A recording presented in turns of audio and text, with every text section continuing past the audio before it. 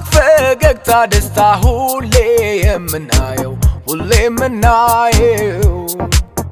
ሀገር በነፃነት ቆርጣ ስትኖር ነው ሁሉም የሚያምረው ጥሩ ልብስ ለብሰን አምሮብን ተውበን የምንታየው ሰዎችን እንረዳ ቢገባን ትርጉሙ ሁሉም ባገር ነው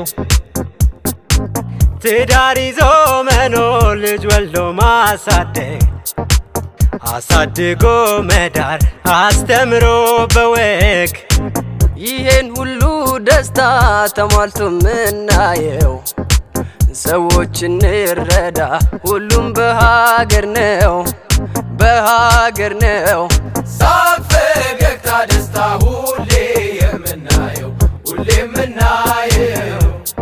ሀገር በነፃነት ቆርጣ ስትኖር ነው ሁሉም የሚያምረው ይህን ቪዲዮ እስኪ ሁላችሁም ኮፒ ሊንክ ሼር ሪፖስት አድርጉልኝ እውነት በጣም የተደሰትኩበት ቀን ነው ባለፈው ሳምንት እንግዲህ እናት እንደምታስታውሷት ልጇን ሶሻል ሚዲያ ላይ ይዛው ወጣ ነበርና ልጅ ታሞብኛል ባካችሁ ድረሱልኝ አቅምም የለኝም ብቻዬን ነው ማሳድገው ያላባት እያለች ኦልሞስት ልብስ እያጠበች ማለት ነው በየሰው ቤቱም ታሳድገውና በጣም ተቸግራ ነበር ስታለቅስ የነበረው እኔም ደግሞ እናንተ ሶሻል ሚዲያ ላይ ሜንሽን አድርጋችሁኝ ቪዲዮን አይቼው ወደ ክሊኒክም ጠርቻት ልጇን ያለምንም ወጪ ምርመራ አድርጌለት ሰርጀሪንም ያለምንም ክፍያ ሰርቼለት አሁን እንደምታዩት አበባ መስሎ ወደ ክሊኒክ በሳምንቱ በጣም ለክትትል መጣና እኔ በጣም ነበር ደስ ያለኝ ሲመጣ እንደምታዩት በጣም በምድር ላይ መከራው ችግሩ ቢበዛም ኑሮ ማስመረሩ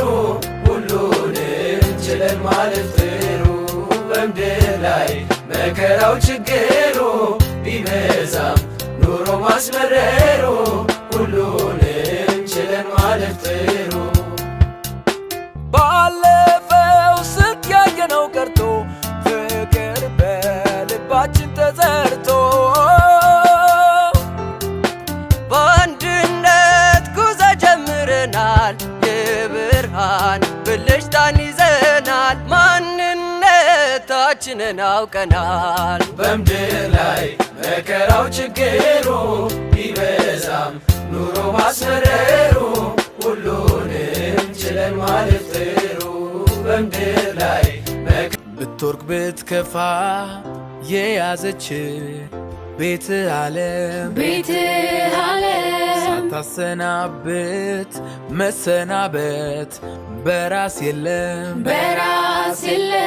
መች መብቴ ብለ ወደ መርጠም መጣህባት መብቴ ነው ብላለች አንተም ማኖር መች ጠበባት ኑሮ ሳትቀምሳት ማኖርባት ሞክር አለ እንዳንተ ሆኖ ኖሮ አይቶ እያት ያለ ነፍሴን ጠላኋት ብለህ የውሸት አትካዳት ለሌላ ሁንና ኖረ የእውነት አትውደዳት ግድ ነው ኑሮን መላመድ የኛ ጋር ሆነሃል ዘመድ ላንተ ሚሆን መቼ አንሶን ቦታ መኖር ግን አናይ በቸልታ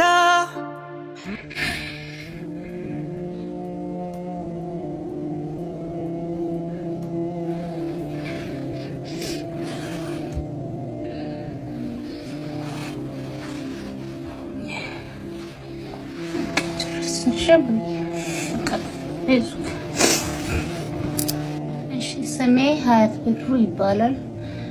ዛሬ ወደ እናንተ የመጣሁት ልጄ ታሞብኝ ነው። ያመመው ቶንሲል ነው እና ጥቁር አንበሳ ከጤና ጣቢያ ጀምሮ ወደ 6 ወር አካባቢ እየተከታተልኩ ነበር እና እዛ በጣም ወረፋ ነው ያለው እና አሁን እርዳታችሁን እየጠየኩ ነው።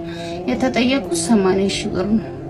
መካከለኞች ደግሞ አይሰሩም እዛ የላቸውም ማለት ነው። የሰርጀሪው ዕቃ አይኖራቸውም ተብሏል እና ልጄን ያለ አባት ነው ማሳድገው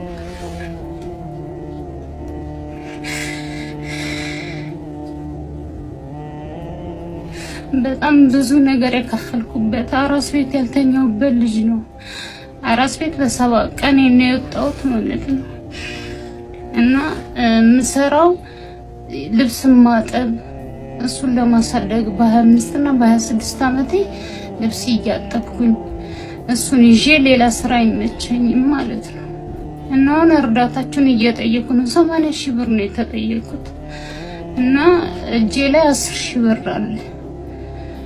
ይህንንም ሰፈር ሰውንና የማውቃቸው ሰዎችን እየጠየቁ ነው እና ልጄን አድኑልኝ እያልኩ እና ተሽሎት ደግሞ አሳክሜ በዚህ ቪዲዮ መለሳለሁ ከታከምልኝ በኋላ እና መሰግናለሁ።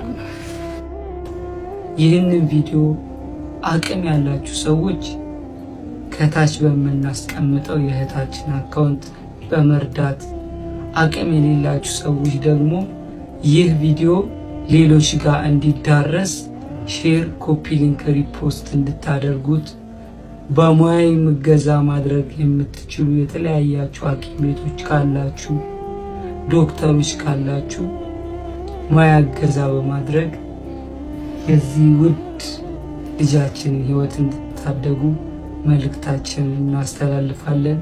የአንድን ሰው ህይወት ህያው ያደረገ የሰው ልጆችን ህይወት ህያው እንዳደረገ ይቆጠርለታልና በዚህ መልካም ስራ ላይ እንድትሳተፉ እንድትተባበሩ መልእክታችንን እናስተላልፋለን። እናመሰግናለን።